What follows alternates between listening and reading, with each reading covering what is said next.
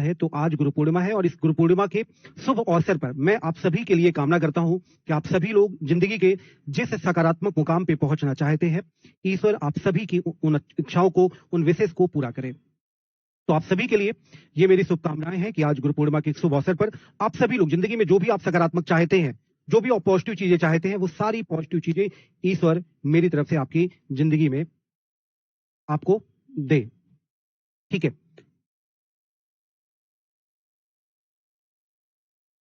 तो एक सवाल आपका होगा, सर आज मॉर्निंग पे क्लास क्यों नहीं हुई, है ना?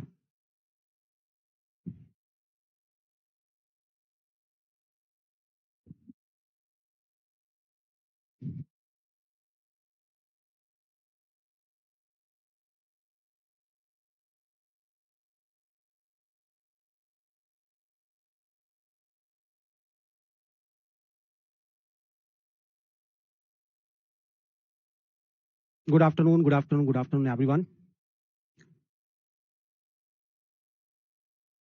हाँ, तो एक सवाल आपका होगा, सर आज सुबह क्यों क्लास नहीं हुई है ना? बिल्कुल बिल्कुल, आप सही समझ गए। मैं आज डॉक्टर के यहाँ गया था, इसलिए सुबह आपकी क्लास नहीं हुई है।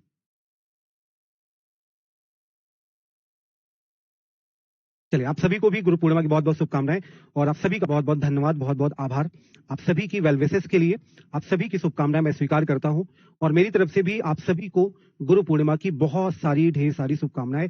आप जिंदगी में जो भी सकारात्मक चीजें चाहते हैं, जो भी आप पॉजिटिव चीजें चाहते हैं, ईश्वर से मैं कामना करता हूं कि आपकी वो सारी पॉजिटिव चीजें आपकी जिंदगी में ईश्वर आपको दे। ठीक है, चलिए तो अब हम लोग क्लास को स्टार्ट करते हैं। कुछ आवाज में इशू आ रहा है क्या, एक बार बताइए।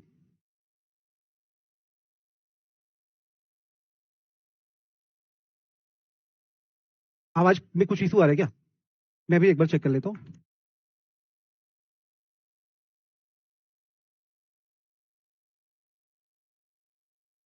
सही, आवाज तो सही आ रही है। कुछ लोग कमेंट करेंगे सर आवाज सही नहीं आ रही है। ओके ओके, ठीक है। ठीक, हम लोग क्लास की शुरुआत करते हैं। एक कमेंट आ रहा है कि सर आज आपने सुबह क्लास क्यों नहीं ली? तो सुबह इसलिए क्लास नहीं ली क्योंकि सुबह मैं हॉस्पिटल गया था। मॉर्निंग टाइम पे हॉस्पिटल, मतलब 12 बजे तक ही हॉस्पिटल रहता है, गवर्नमेंट हॉस्पिटल्स जो होते हैं, तो इसलिए सुबह मैं हॉस्पिटल चला गया, इसलिए आपकी क्लास नहीं हो पाई। ठीक है, इसलिए इस समय आपकी क्लास हो रही है। ठीक, मुझे नहीं लगता कि अभी तक जब से हमारा बैच स्टार्ट हुआ होगा, जब से शायद एक दिन किसी कारणवश छुट्टी हुई होगी, अदरवाइज एक भी ऐसा दिन नहीं है 2.5-3 महीने जब से आप लोग मेरे साथ जुड़े हैं, एक सिंगल ऐसा दिन नहीं हुआ जिस दिन मेरी आपके साथ मुलाकात ना हुई हो। और संडे को भी कभी कभी हो ही जाती है ना? बाकी कई बार ऐसा हुआ है कि क्लास आपकी थोड़ी सी लेट हो गई है, पर मैंने मतलब कभी अपने एंड से ये कोशिश नहीं की कि आपकी छुट्टी हो या कुछ ऐसा हो। हाँ, ठीक है। तो हम लोग, जैसा आप सभी को बताइए, हम लोग यहाँ पर क्लास 7th का चैप्टर नंबर 4 कर रहे थे। क्लास 7th का चैप्टर नंबर 4 हम लोग कर रहे थे, यही कर रहे थे ना? ठीक, और इसका नाम था मुगल एम्पायर। हाँ, कराएंगे, वो भी कराएंगे, सारे क्वेश्चन आंसर कराऊंगा। थोड़ा सा ये सिलेबस आपका हो जाए, कवर हो जाए, तो फिर मैं आपको वो चीजें भी कराऊंगा। ठीक है, सारी चीजें आपको कराऊंगा। सर आज छुट्टी कर दीजिए। सर क्यों छुट्टी कर दे भाई? चलो, तो कल की क्लास में मैंने आपको काफी बातें बता दी थी, अब उसी को थोड़ा सा और कंटिन्यू करते हैं, आगे बात करते हैं। ठीक है, यहां पर बताया गया जब्त और जमींदारी के बारे में, कि जब्त क्या होता है, जमींदारी क्या होता है। जब्त और जमींदारी के बारे में बताया गया है। जब्त और जमींदारी, ठीक है, बहुत ध्यान से सुनेंगे आप सभी लोग। जब्त और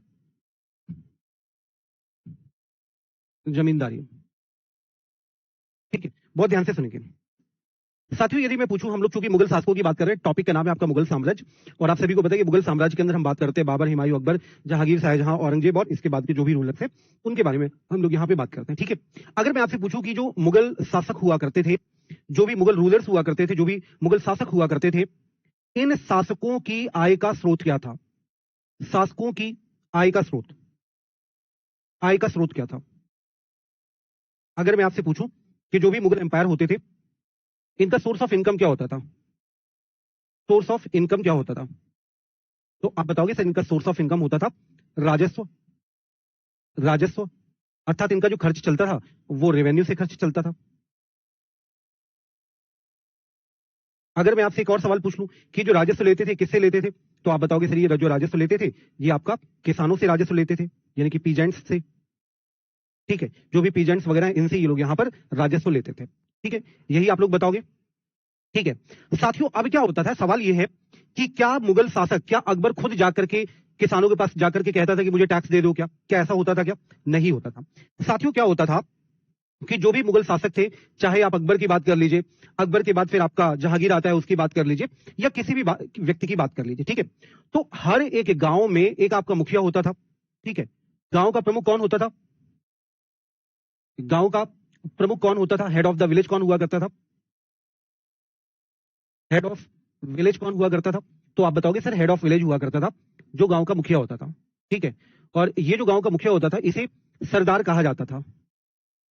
लोकल लेवल का जो हेड होता था इसे सरदार कहा जाता था। इंग्लिश में भी सरदार कहते हैं और हिंदी पे भी सरदार कहते हैं। ठीक है, अब क्या होता था कि जो किसान है, किसान इस व्यक्ति को टैक्स देते थे जिसे आप मुखिया या सरदार कहते हैं, और ये जो व्यक्ति है, ये व्यक्ति टैक्स देता था मुगल शासक को। किसे टैक्स देता था? मुगल शासक को टैक्स देता था। ठीक है, अब इसका मतलब ये नहीं है कि आपने टैक्स दिया इस व्यक्ति को, आपने राजस्व दिया इस व्यक्ति को, और ये व्यक्ति जो है, ये व्यक्ति सीधे लगान लेकर अकबर के दरबार में पहुंच गया, बोलो लो मालिक लगान ले लो। ऐसा होता था क्या? नहीं होता था।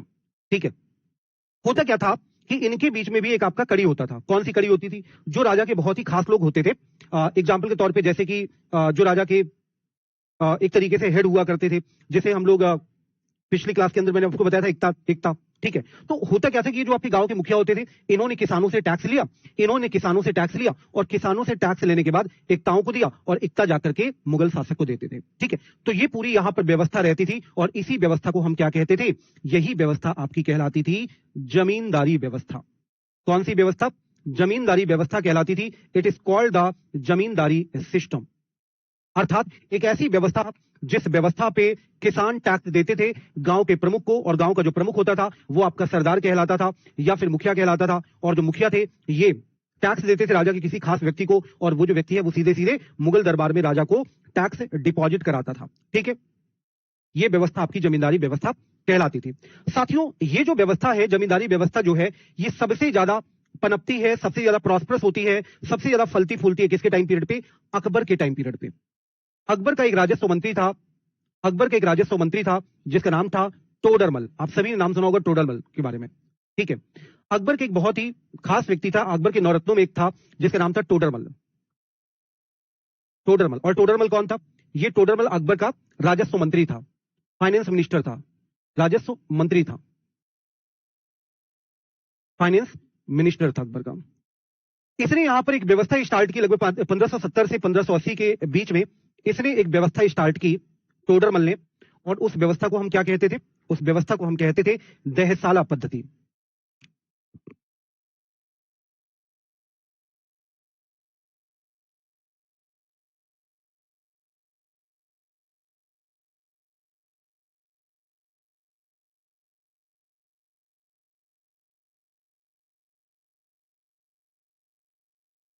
ठीक है, इस व्यवस्था को हम कहते थे देहसाला पद्धति। ठीक है, अब ये देहसाला पद्धति में होता क्या था?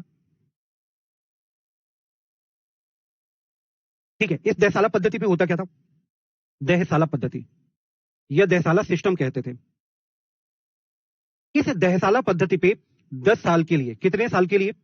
10 साल के लिए रेवेन्यू फिक्स कर दिया जाता था। किस आधार पे रेवेन्यू फिक्स कर दिया जाता था? साथियों यहां पर यह होता था कि देहसाला पद्धति में क्या होता है, मैं आपको देहसाला पद्धति समझा रहा हूं, ध्यान से समझेंगे सभी लोग। देहसाला पद्धति या देहसाला व्यवस्था, या इसी इंग्लिश में कहते हैं देहसाला सिस्टम। देहसाला सिस्टम, इस देहसाला सिस्टम में क्या होता था? इस देहसाला सिस्टम में क्या होता था? जैसा मैंने आपको बताया, देहसाला अर्थात 10 वर्षों के लिए। कितने वर्षों के लिए? 10 वर्षों के लिए, फॉर द 10 ईयर्स। इस पर पहले खेतों का सर्वेक्षण कराया जाता था, खेतों का सर्वेक्षण कराया जाता था, अर्थात प्रॉपर यहां पर सर्वे ऑफ फील्ड,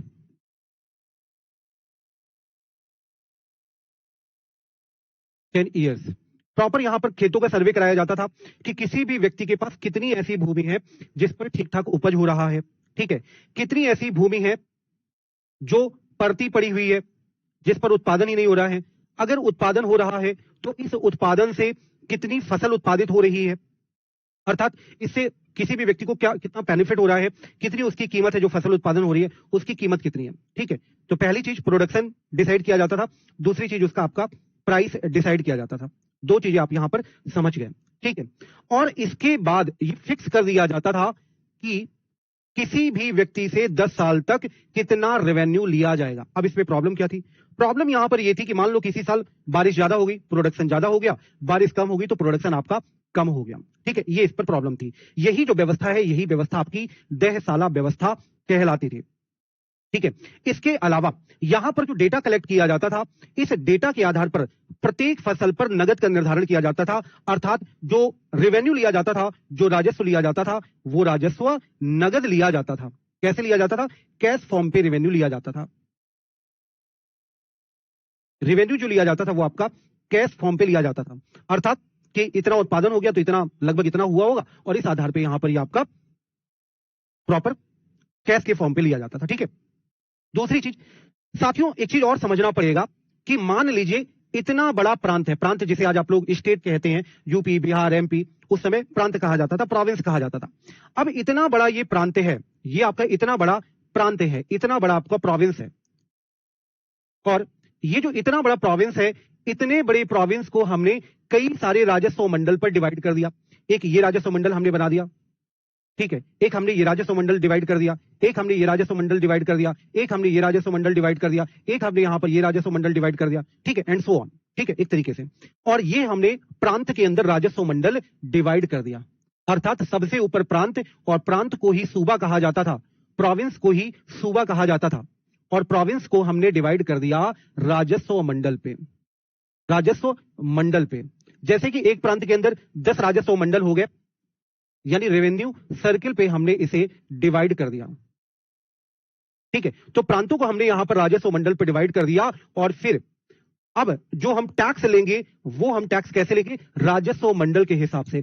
अर्थात प्रत्येक राजस्व मंडल का एक प्रमुख होगा, और ये जो प्रमुख होगा, ये प्रमुख यहां पर टैक्स कलेक्ट करेगा और फिर राजा को देगा। ठीक है, और ये वाली जो राजस्व व्यवस्था थी, ये जो राजस्व व्यवस्था थी, इस राजस्व व्यवस्था को कहा गया जब्त। इस राजस्व व्यवस्था को, इस रेवेन्यू सिस्टम को कहा गया क्या? इस रेवेन्यू सिस्टम को कहा गया क्या? इसे कहा गया जब्त। क्या कहा गया? इसे जब्त कहा गया। क्लियर हो गई बातें? अर्थात प्रत्येक प्रांत को राजस्व मंडल पे विभाजित किया गया, और जिनकी प्रत्येक फसल के लिए अपनी राजस्व दरें थी। अर्थात इसकी अपनी अलग राजस्व दर होगी। इससे पता चले कि 50% ले रहे हैं, जो भी उत्पादन उसका 50% ले रहे हैं, इससे 45% ले रहे हैं, इससे 40%, इससे वॉट जो भी है।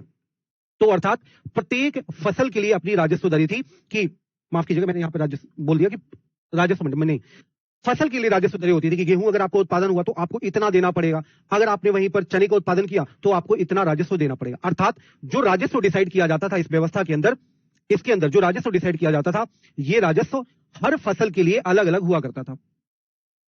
ये जो राजस्व डिसाइड किया जाता था, ये आपका फसल के अनुसार डिसाइड किया जाता था, फसल के अनुसार डिसाइड किया जाता था, according to the crops, according to crops.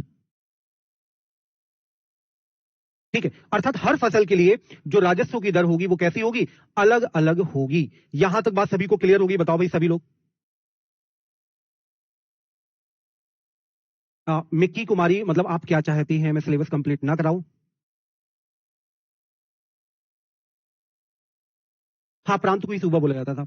Mickey कुमारी कह रही है सर एमसी को कराइए, पीवाई क्यों कराइए, तो सिलेबस ना कराऊं आप चाहते हैं? रेवेन्यू मतलब राजस्व, ये लिखा तो है, रेवेन्यू का मतलब राजस्व होता है।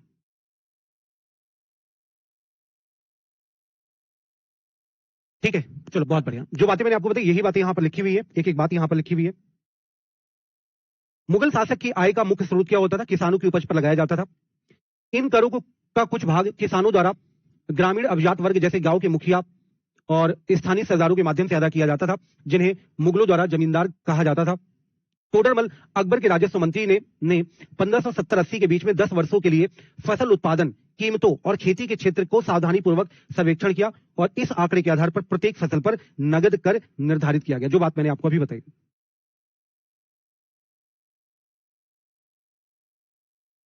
आप पेडागोजी वाला जो पार्ट है ना, वो आपको अमित सर पढ़ाएंगे। ठीक है, हाँ, पेडागोजी वाला जो पार्ट है वो अमित सर आपको कराएंगे। ठीक है, प्रत्येक प्रांत को राजस्व मंडलों यानी रेवेन्यू सर्कल्स में विभाजित किया गया और जिनकी प्रत्येक फसल के लिए अपनी राजस्व दरें होती थी, मतलब हर फसल के लिए अलग अलग राजस्व दरें होती थी। ठीक है सर, राजस्व को उर्दू में क्या कहते हैं वो नहीं पता है मुझे, उर्दू में उसको क्या कहते हैं? खराज कहते हैं, खराज। ठीक है, चलिए यहां तक बात सभी को समझ आ गई होगी।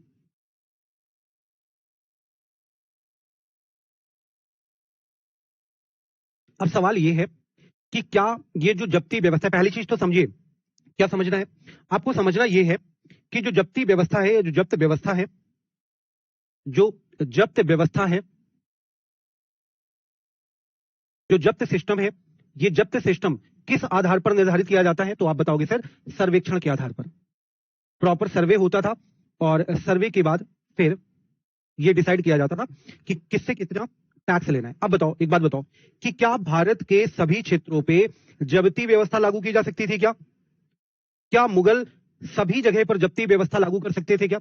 तो जवाब है नहीं कर सकते थे, क्योंकि जो जब्ती व्यवस्था है ये केवल उन्हीं क्षेत्रों पर लागू होगी जहां पर सर्वेक्षण पॉसिबल होगा, और जहां पर सर्वेक्षण पॉसिबल नहीं होगा, जहां पर खेती ही उल्टी सीधी है, दो खेत यहां पर है तुम्हारे, दो खेत 10 किलोमीटर दूर है, दो खेत और 50 किलोमीटर दूर है, जहां पर ऐसी व्यवस्था है जहां पर आपकी खेती का सर्वेक्षण ही नहीं किया जा सकता है, तो क्या वहां पर जब्ती व्यवस्था लागू की जा सकती है क्या? तो जवाब है नहीं। ये जब्ती व्यवस्था वहीं पर लागू की जा सकती थी जहां पर सर्वेक्षण हो सकता है, जहां पर रिकॉर्ड्स को रखा जा सकता है, रिकॉर्ड्स को रखा जा सकता है, और जहां पर रिकॉर्ड को नहीं रखा जा सकता है तो वहां पे पॉसिबल ही नहीं था। ठीक है, जैसे गुजरात और बंगाल।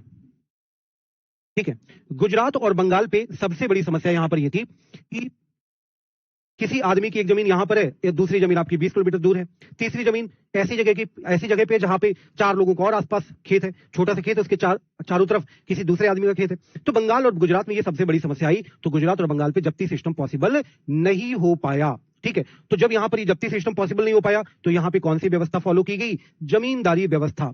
अर्थात जमींदारी व्यवस्था, अर्थात जो जमींदार था वो सीधे सीधे यहां पर जाता था, बोलता था भाई तुम्हारा इतना टैक्स हो रहा है दे दो। ठीक है, अब सबसे बड़ी प्रॉब्लम यहां पर यह थी कि जब्ती व्यवस्था में तो सर्वे कर लिया, जब्ती व्यवस्था के अंदर अकबर ने अपने अधिकारी को बोला भाई सर्वे कर लो इसका, कितना इसका टैक्स हो रहा है और टैक्स ले लो। ठीक है, तो पॉसिबल नहीं, तो ठीक था, कोई दिक्कत नहीं थी, प्रॉपर रिकॉर्ड है और मुझे पता है कि मुझे आपकी इनकम इतनी है, आपकी इनकम 10 लाख है और मुझे आपसे 1 लाख रुपए टैक्स लेना है, कोई दिक्कत नहीं है ना? मैंने सर्वे कर लिया कि आपकी इनकम 1 लाख है और 10 लाख है और आपसे मुझे 1 लाख टैक्स लेना है। पर प्रॉब्लम वहां पर यह थी कि जहां पर इनकम का आइडिया ही नहीं लगता, इनकम मतलब उत्पादन। ठीक है, जहां पर उत्पादन पॉसिबल ही नहीं हो पाएगा कि यहां पर कितना उत्पादन होगा। क्यों पॉसिबल नहीं? क्योंकि थोड़ी सी जमीन तुम्हारी वहां पर है, थोड़ी सी जमीन वहां पर है, थोड़ी सी जमीन वहां पर है, तो पॉसिबल ही नहीं था। ठीक है, तो ऐसी जगह पर जहां पर यह सर्वेक्षण पॉसिबल नहीं था, रिकॉर्ड रखना पॉसिबल नहीं था, तो जमींदारी व्यवस्था वहां पर लागू थी। ठीक है, अब जमींदारी व्यवस्था में समस्या क्या थी? इस पे प्रॉब्लम क्या थी? इस पे प्रॉब्लम ये थी जमींदारी व्यवस्था पे कि जो जमींदार है वो जमींदार किसानों का शोषण कर रहा था, एक्सप्लॉइटेशन हो रहा था, शोषण एक्सप्लॉइटेशन हो रहा था। Okay, the peasants were exploited by the जमींदार। ठीक है, ठीक। अब दूसरी बात, एक चीज और, कि किसानों का शोषण कौन कर रहे थे? जमींदार कर रहे थे। ठीक, और जमींदारों का शोषण कौन कर रहा है? तो जमींदारों का शोषण किया जा रहा है उनके ऊपर वाले लोगों के द्वारा, अर्थात जो मुगल अधिकारी हैं, जो मुगल अधिकारी हैं, क्योंकि मुगल अधिकारी भी तो किसे, इन लोगों से रेवेन्यू ले रहे थे, अर्थात जो मुगल अधिकारी हैं वो जमींदारों का शोषण कर रहे हैं। तो यहां पर भी वही व्यवस्था है कि भैया जो मुगल अधिकारी हैं वो इनका शोषण कर रहे हैं, उल्टा एरो लगा दिया मैंने, उनका शोषण ये कर रहे हैं। अर्थात किसान से कौन टैक्स ले रहा है? तो किसान से टैक्स ले रहा है जमींदार, जो जमींदार जो गांव पे रहता है, और जमींदार से टैक्स ले रहे हैं अधिकारी। ठीक है, और जो अधिकारी है वो इनका शोषण कर रहे हैं तो ये इनका शोषण कर रहे हैं, ये व्यवस्था है। और जब ये इनका शोषण कर रहे हैं तो ये लोग क्या करेंगे? ये इनके खिलाफ विद्रोह कर देंगे। ठीक है, तो कई सारे जमींदारी विद्रोह भी हमें यहां पर देखने को मिलते हैं। ठीक है, कई बार ऐसा भी होता है कि जो जमींदार है वो एक ही जाति के हैं, एक ही जाति के सारे के सारे जमींदार हिंदू हैं, या सारे के सारे जमींदार जो हैं मुस्लिम हैं। ठीक है, और मान लो सारे के सारे जमींदार जो हिंदू हैं उन्होंने अगर विद्रोह कर दिया तो क्या बोला जाएगा? कि मुगल सत्ता के खिलाफ विद्रोह हो गया है। ये नहीं बोला जाएगा कि भैया जमींदारों का विद्रोह है, इतिहासकारों ने इसे नाम दे दिया कि ये विद्रोह जो है ये आपका मुगल सत्ता के खिलाफ विद्रोह है। ठीक है। और 17वीं शताब्दी के अंत में लगभग हम देखते हैं यहां पर कि 1600 के लास्ट वाली पीरियड में किसानों ने विद्रोह कर दिया था, और जब किसानों ने विद्रोह कर दिया तो ऑब्वियस सी बात है मुगल सत्ता को चुनौती मिली थी। यहां तक सभी को क्लियर होगी बातें? बताओ भाई। हाँ भाई, आसाम की स्थिति तो बहुत ज्यादा खराब है सर। रिकॉर्ड्स को हिंदी में क्या कहा गया है? अभिलेख कहा गया है। रिकॉर्ड्स को हिंदी पे अभिलेख कहते हैं। ठीक है, चलो, जो बातें मैंने आपको बताई सारी बातें यहां पर लिखी हैं, एक बार मैं आपको दिखा देता हूं कि जब्त व्यवस्था में उन क्षेत्रों में प्रचलित थी जहां मुगल अधिकारी भूमि का सर्वेक्षण कर सकते थे और सावधानी पूर्वक अभिलेख रख सकते थे। गुजरात और बंगाल जैसे कुछ प्रांतों में जब्त व्यवस्था लागू करना पॉसिबल नहीं था। कुछ क्षेत्रों में जमींदार अधिक सख्ती का प्रयोग करते थे।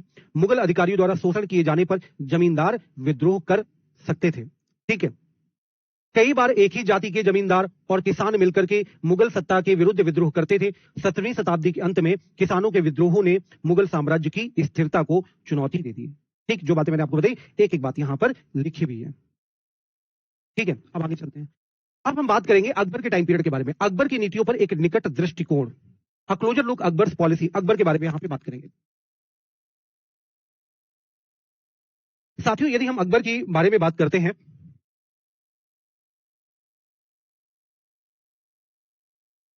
अकबर की नीतियां,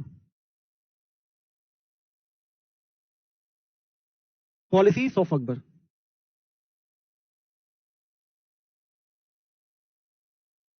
अगर हम अकबर की बात करें तो अकबर की प्रशासनिक व्यवस्था कैसी थी? अकबर ने कैसे प्रशासन किया, कैसे अपने साम्राज्य को चलाया? अर्थात अकबर की प्रशासनिक व्यवस्था की बात करें, एडमिनिस्ट्रेटिव सिस्टम की बात करें, अकबर की एडमिनिस्ट्रेटिव सिस्टम की बात की जाए तो अकबर के एडमिनिस्ट्रेटिव सिस्टम यानी कि प्रशासनिक व्यवस्था की जो हमें जानकारी मिलती है, ये जानकारी हमें मिलती है अकबरनामा के अंतिम भाग से।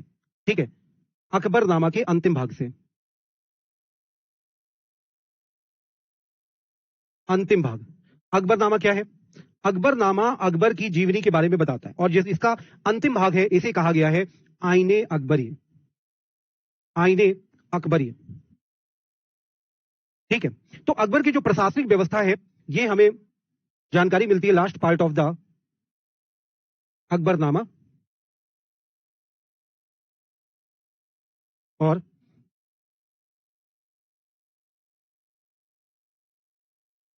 आईने अकबरी से। ठीक है, और ये किसने लिखा है? आईने अकबरी अकबरनामा किसने लिखा है? ये लिखा है अबुल फजल नाम के व्यक्ति ने।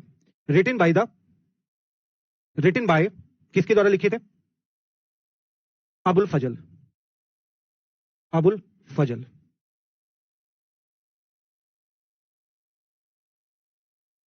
किसके द्वारा रचित है? रचित बोलते हैं हिंदी पे। किसके द्वारा रचित है? तो ये आपका रचित है अबुल फजल के द्वारा। अबुल फजल ने यहां पर इसको लिखा है। ठीक है, अब ये जो अबुल फजल है वो अकबरनामा के अंदर क्या लिखते हैं?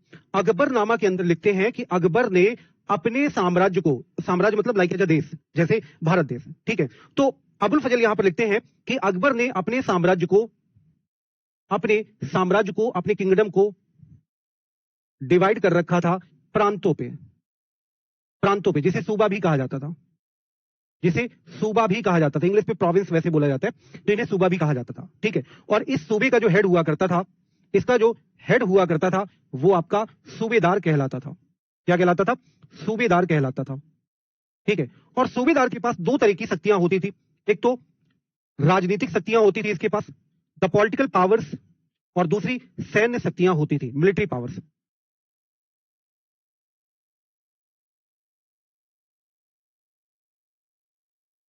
एक तो इसके पास पॉलिटिकल पावर्स होता था, दूसरा इसके पास मिलिट्री पावर्स होता था।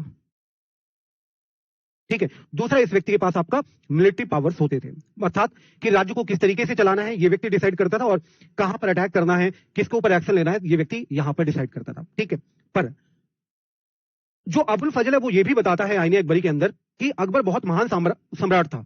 अकबर ने बहुत क्षेत्र विजित किए, बंगाल को जीता, गुजरात को जीता, और भी तमाम सारे एरिया को जीता, पर दक्षिण भारत पे वो फेल रहा। क्यों फेल रहा? तो अबुल फजल बताते हैं इसलिए फेल रहा कि अकबर ने दक्षिण भारत को जीत लिया और जैसे ही वो दक्षिण भारत से वापस आया वैसे ही दक्षिण भारत पूरी की पूरी तरह से स्वतंत्र हो गया, मुगल साम्राज्य से स्वतंत्र हो गया। एक तो ये बात बताते हैं। दूसरी बात उत्तर के बारे में बताते हैं, गंगा का जो मैदान है उसके बारे में बताते हैं कि जो गंगा का मैदान था वो पूरी तरह से जंगलों से भरा हुआ था। मैदानी भाग ऑब्वियस सी बात है, आसपास के एरिया में जंगल होंगे, तो मैदानी भाग जो है वो आपका जंगलों से भरा हुआ था और इस जंगल पे मुगल सेना प्रवेश नहीं कर पाई। अर्थात दो जगह से पैसा नहीं आया, एक तो जो गंगा का मैदान है उसके आसपास जो वन वाला क्षेत्र है वहां से अकबर के पास पैसा नहीं आया, और दूसरा जो दक्षिण भारत है उसको इसने जीत लिया और जीतने के बाद वहां के जो राजा थे उन्होंने फिर से दक्षिण भारत को स्वतंत्र कर लिया। ठीक है, साथ ही साथ अबुल फजल बताता है कि प्रत्येक प्रांत के अंदर एक आपका दीवान अधिकारी हुआ करता था, और ये जो दीवान होता था, जो वित्तीय अधिकारी होता था, इसे दीवान कहा जाता था। ठीक है, तो यहां पर अबुल फजल बताता है कि प्रत्येक प्रांत में एक आपका राजस्व अधिकारी होता था, प्रांत में इन द प्रोविंस, जिसे सूबा भी कहा जाता है, इन द सूबा एक राजस्व अधिकारी होता था, और ये राजस्व अधिकारी जो था इसे दीवान कहा जाता था। क्या कहा जाता था? दीवान कहा जाता था। ठीक है, जो रेवेन्यू ऑफिसर होता था, रेवेन्यू ऑफिसर होता था, इस रेवेन्यू ऑफिसर को दीवान कहा जाता था। एक तो अबुल फजल ये बताता है, और कहता है कि सिर्फ ऐसा नहीं है कि सिर्फ एक दीवान के आधार पर सारी चीजें चल रही हो, वहां पर और भी सेना वगैरह भी हुआ करते थे। सूबेदार की सहायता के लिए अन्य अधिकारी भी होते थे, जैसे आपका सैन्य। ठीक है, और सेना पे ऐसे अधिकारियों को जिनको वेतन दिया जाता था उन्हें बख्शी कहा जाता था। तो पूछा जाए बख्शी क्या होते थे? बख्शी तो ये आपके सैन्य वेतन अधिकारी होते थे, सैन्य वेतन अधिकारी। देखो, अकबर के समय पर दो तरह के अधिकारी होते थे, दो तरह के सेना में अधिकारी होते थे। एक तो ऐसे सेना में अधिकारी होते थे जिन लोगों को वेतन दिया जाता था, और जिन सैनिक अधिकारियों को वेतन दिया जाता था उन्हें बख्शी कहा जाता था, उन्हें बख्शी कहा जाता था। ठीक है, और दूसरे जिनको वेतन नहीं दिया जाता था, जिनको जमीन दी जाती थी, उन्हें इक्ता कहा जाता था। ठीक है, तो salaried military officer, military officer. ठीक है, इसके अलावा धार्मिक कार्यों के लिए भी मंत्री होते थे, धार्मिक कार्य के लिए, religious affairs, for the religious affairs, धार्मिक कार्यों के भी लिए मंत्री होते थे, और जो धार्मिक कार्य से संबंधित मंत्री होते थे उन्हें सदर कहा जाता था। क्या कहा जाता था? सदर कहा जाता था। ठीक है, इसके अलावा आपके फौजदार भी होते थे। फौजदार कौन होते थे? सैन्य कमांडर होते थे। सैन्य कमांडर को फौजदार कहा जाता था। ये जो क्वेश्चन है जो मैं आपको बता रहा हूं ना, ये मैच कराने के लिए एग्जाम में आता है। जो सैन्य कमांडर थे इन्हें फौजदार कहा जाता था। ठीक है, जो मिलिट्री कमांडर हुआ करते थे, जो मिलिट्री कमांडर हुआ करते थे इनको फौजदार कहा जाता था। क्या कहा जाता था? इन्हें फौजदार कहा जाता था। और इसके अलावा जैसे आज आपका पुलिस स्टेशन होता है, तो जो नगर पुलिस का प्रमुख होता था उसे कोतवाल कहा जाता था। क्या कहा जाता था? कोतवाल। ठीक है, नगर पुलिस प्रमुख, इसे कोतवाल कहा जाता था। कोतवाल, हेड ऑफ टाउन पुलिस।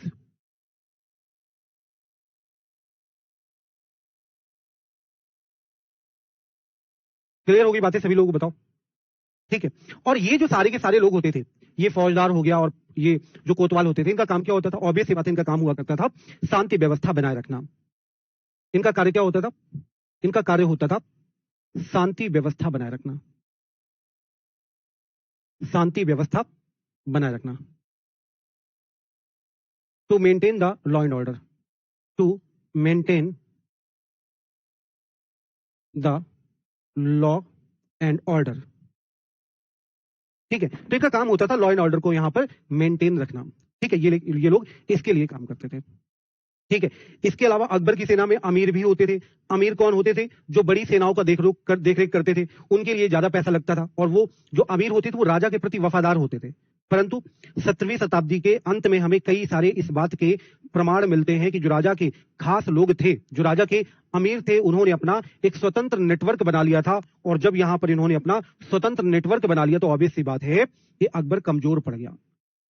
ठीक है, इसी समय पर हमें यह जानकारी भी मिलती है कि लगभग 1570 के आसपास, लगभग 1570 के आसपास ये जानकारी प्राप्त होती है कि लगभग 1570 के आसपास आगरा के पास एक जगह पड़ती है जिसका नाम है फतेहपुर सीकरी। फतेहपुर सीकरी।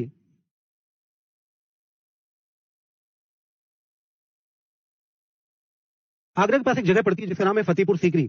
फतेहपुर सीकरी में अकबर ने धर्म चर्चाएं करना प्रारंभ कर लिया, अर्थात जो भी अपने अपने धर्म के प्रमुख होते थे, उलेमा हो गए, ब्राह्मण हो गए, कैथोलिक ज्येष्ठ पादरी हो गए, जितने भी ईसाई धर्म के जो भी प्रमुख हो गए, इन सभी को बुलाता था और उसके लिए एक विशेष स्थान उसने बनवाया जिसका नाम था इबादत खाना।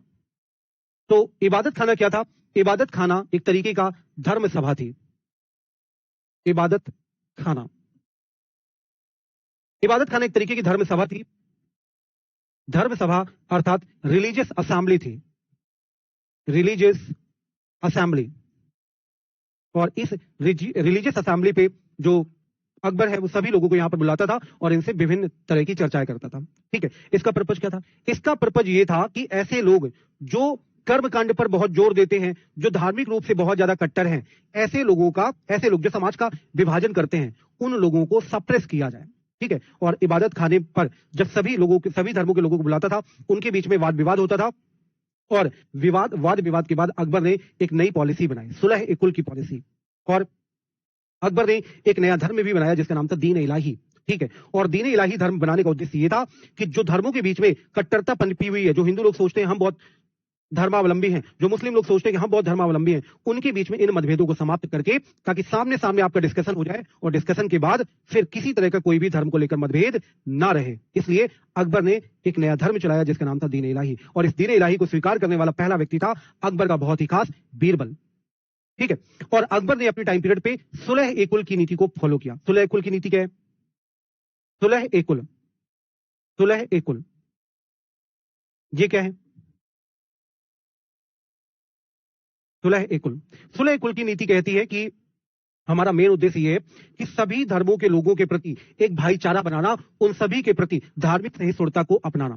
ठीक है, ताकि समाज में सारी की सारी चीजें ईमानदारी से, न्यायपूर्वक और सार्वजनिक नैतिक मूल्यों के आधार पर चलाई जा सके। किसी के साथ कोई भी भेदभाव नहीं किया जाए, कोई बेईमानी नहीं की जाए, नैतिकता के आधार पर सभी चीजें चले। ठीक है, और अबुल फजल जो है वो अकबर की इस पे मदद करते हैं, सुलह कुल की नीति को स्थापित करने में अकबर इनकी मदद करते हैं। ठीक है, और इसी सिद्धांत का पालन किया था।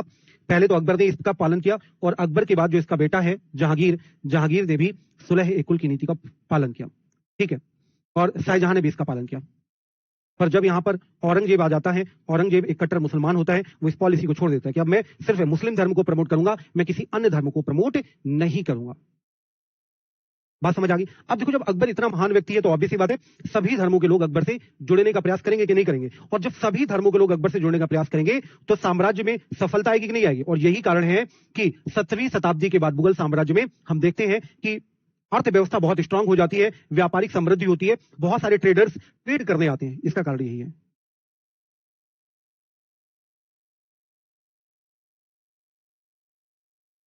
बात समझ आ गई सभी लोगों को? सर, दीन इलाही कब स्टार्ट किया था वो छोड़ो, जो मैं आपको बता रहा हूं आप उन चीजों को समझो। ठीक है, जितना मैं आपको पढ़ा रहा हूं उतना ही आपको यहाँ पे याद रखना है, बहुत ज्यादा किंतु परंतु नहीं कर रहा हूं। जिनको बहुत ज्ञान की प्राप्ति करनी है कि नहीं सर हमें तो प्रकांड विद्वान बनना है इतिहास का, आगे चलकर हम इतिहास की किताब लिखेंगे। ठीक है, अगर आप ऐसा सोचते तो आप एक काम करो, टीजीटी वाले बैच में आ जाना, वहां पर सारी बातें करेंगे। ठीक, क्योंकि अभी पॉसिबल नहीं है ना। ओके, ठीक है, यहां तक सभी को क्लियर हो गया? चलिए, तो एक एक बात जो मैंने आपको बताई सारी बातें यहां पर लिखी हुई है कि अकबर द्वारा स्थापित प्रशासनिक व्यवस्था का विस्तृत वर्णन अबुल फजल ने अपनी पुस्तक अकबरनामा के अंतिम भाग आईने अकबरी में किया है। फिर मैंने आपको बताया कि साम्राज्य को प्रांतों में विभाजित किया गया जिन्हें सूबा कहा जाता था। प्रत्येक सूबे का शासन एक सूबेदार करता था जो राजनीतिक और सैन्य दोनों कार्यों का संचालन करता था। दक्षिण भारत को जीतने के बाद वह क्षेत्र स्वतंत्र हो गए। गंगा के मैदान में अनेक वन क्षेत्र ऐसे थे जहां सेना प्रवेश नहीं कर पाई और प्रत्येक प्रांत में एक वित्तीय अधिकारी होता था जिसे दीवान कहा जाता था। सूबेदार की सहायता के लिए बख्शी होता था, सदर होता था, कोतवाल होता था, फौजदार होता था। ये कौन होते थे? सारी बातें मैंने बताई। इनका काम होता था प्रांतों में शांति और व्यवस्था बनाए रखना। ठीक है, और अकबर के अमीर जो थे वो बड़ी सेनाओं का नेतृत्व करते थे और उन्हें विशाल राजस्व संसाधनों तक पहुंच प्राप्त होती, मतलब इनको बहुत पैसा वैसा मिलता था। ठीक है, ठीक, जब तक अमीर वफादार रहे साम्राज्य कुशलतापूर्वक कार्य करता रहा, किंतु 17वीं शताब्दी के अंत तक कई अमीरों ने अपने स्वतंत्र नेटवर्क बना लिए। यही सारी बातें मैंने आपको बताई। स्वार्थपूर्ण नीतियों के कारण साम्राज्य के प्रति उनकी निष्ठा कमजोर हो गई। 1570 में अकबर ने जो आपका इबादत खाना है इसको आयोजित कराया, सभी धर्मों के लोगों को यहां पर शामिल किया और विभिन्न धर्मों के लोगों के साथ संवाद से अकबर को यह अनुभव हुआ कि केवल कर्मकांड और कट्टरता पर जोर देने वाले धार्मिक विद्वान समाज में विभाजन पैदा करते हैं। मतलब कि वो लोग जो बहुत ज्यादा कट्टर होते हैं वो समाज में विभाजन पैदा करते हैं। आप लोगों में कुछ लोग ऐसे होंगे जो एकदम कट्टर होंगे, हमारा धर्म महान, इस तरह वाले लोग होंगे, ठीक है। तो अकबर वो कहता है कि जो लोग ऐसे हैं, जो लोग कर्मकांड और कट्टरता पर जोर देते हैं, वो धार्मिक रूप से समाज में विभाजन पैदा करते हैं, ठीक। और इससे अकबर ने एक नई पॉलिसी बनाई, सुलह ए कुल की नीति, जिससे सार्वभौमिक शांति की अवधारणा को बढ़ावा मिला, ठीक है। फिर मैंने ये सारी बातें आपको बताई और अगली क्लास में हम लोग जो बात करेंगे वो हम बात करेंगे यहां से, नेक्स्ट क्लास। अब बस आपका ये रह गया होगा थोड़ा बहुत, इसके बाद तो आपका कंप्लीट हो गया होगा। यही रह गया, थोड़ा सा करा दूं क्या? चलो ठीक है। वैसे अभी कितना टाइम है?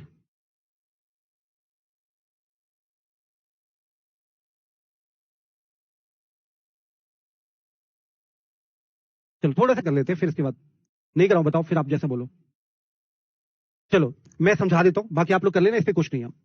यहां पर यह बताया गया है कि अकबर के टाइम पीरियड पे अंतरराष्ट्रीय व्यापार बढ़ा तो आर्थिक संपन्नता आई, और इसकी वजह से क्या हुआ, धन संपत्ति बहुत ज्यादा आई, और गरीबी, जो मुगल साम्राज्य की गरीबी थी वो यहाँ पर धीरे धीरे दूर हो गई। अत्यधिक वैभव के साथ साथ गरीबी भी मौजूद थी, पर धीरे धीरे गरीबी मौजूद जरूर थी, पर धीरे धीरे आपकी गरीबी यहाँ पर दूर हो गई, ठीक है। ऑब्वियस सी बात है कि ऐसा तो है नहीं कि समाज से पूरा का पूरा गरीब आदमी समाप्त कर दिया जाए, ऐसा नहीं था। और इसके अलावा समाज में आर्थिक असमानता भी बढ़ी, कुछ लोग गरीब रहे, कुछ लोग अमीर हो गए। फिर यहाँ पर बताया गया है कि शाहजहां के शासन के 20वें वर्ष में कुछ हमें रिकॉर्ड मिलते हैं, अभिलेख मिलते हैं।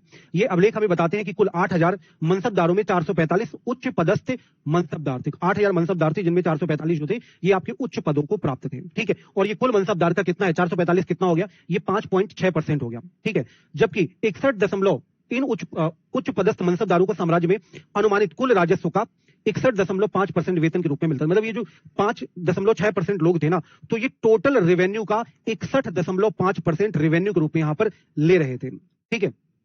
इसके अलावा जो साम्राज्य का ज्यादा पैसा खर्च हो रहा था वो कहां पे खर्च हो रहा था, वेतन पर, वस्तुओं की खरीद वगैरह पे, ये सारा पैसा यहां पे खर्च हो रहा था, ठीक है।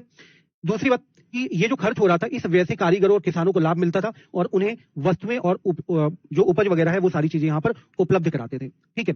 लेकिन राजस्व संग्रह के विशाल स्तर के कारण प्राथमिक उत्पादकों के पास निवेश के लिए बहुत कम संसाधन उपलब्ध थे। सबसे गरीब लोग केवल जीवन निर्वाह कर रहे थे, ठीक। वे उत्पादकता बढ़ाने के लिए अतिरिक्त संसाधनों में निवेश नहीं कर सकते थे। समृद्ध किसान, कारीगर, व्यापारी और साहूकार इस आर्थिक व्यवस्था से लाभान्वित हुए, ठीक। अब मैं इसको अगली क्लास में कराऊंगा क्योंकि ये हो नहीं पाएगा। आप लोग एक बार पढ़ लेना, और आप लोग पढ़ लोगे तो चीजें कुछ आपको समझ आ जाएंगी। यहाँ पे सिर्फ इतना बताया गया है कि इसकी वजह से क्या हुआ कि कुछ जो किसान थे, कुछ किसान वाकई में बहुत ज्यादा गरीब थे। अब जिनके पास, जो बहुत ज्यादा गरीब थे, उनके पास पैसा नहीं था, वो कहीं पर इन्वेस्टमेंट नहीं कर सकते थे। जबकि कुछ किसान ऐसे थे जो अमीर हो गए थे, ठीक है। यही बातें यहां पर बताई गई मुगल साम्राज्य के बारे में, ठीक है। तो आज हम लोग इतना ही करते हैं, अगली आपकी क्लास होगी। आप लोग बहुत शोर कर रहे हैं, सर छोड़ दो छोड़ दो, ठीक है। चलो तो आज के सेशन में इतना ही। Thank you for joining the session. अगली क्लास आपकी सचिन सर की क्लास है, ओके। चलो thank you so much everyone for joining the session. जितना मैं पढ़ा रहा हूं उतना ही पढ़ लो, और आगे कुछ नहीं पढ़ना है, ठीक। एनसीईआरटी सारी की सारी कवर कर रहा हूं, बस एनसीईआरटी आप एक बार रीडिंग मार लेना, ठीक। चैप्टर 4 आपका कंप्लीट, और थोड़ा सा बचा है वो अगली क्लास के अंदर आपको करा दूंगा, okay. Thank you so much everyone.